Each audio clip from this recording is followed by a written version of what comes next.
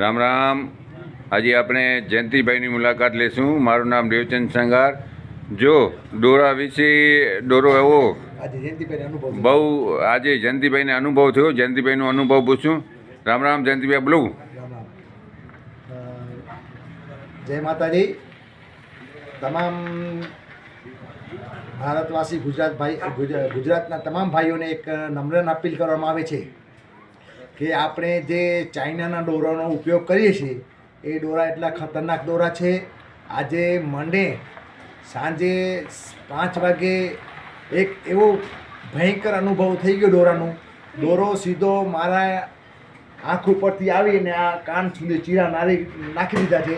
મારી ગાડી બહુ સ્લો હતી એટલે હું આ દોરાને મારા હાથથી ધક્કો દીધો હતો.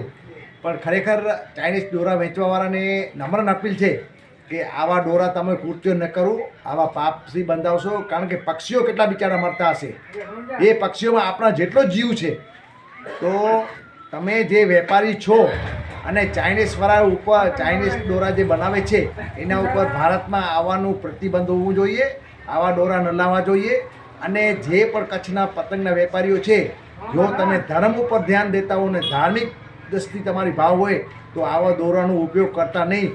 પતંગ ઉત્સવ ઉજવવો એ જરૂરી છે, ઘણાની રોજીરોટી છે, ઉજવવો એ જરૂરી છે. પણ આવા દોરા ઉજવવાની, આવા દોરા વેચાણ કરવાની આપણે ખરેખર આવો નિયમ લેવો જોઈએ કે આવા દોરા ન વેચાય. જરૂરથી ધ્યાન રાખજો.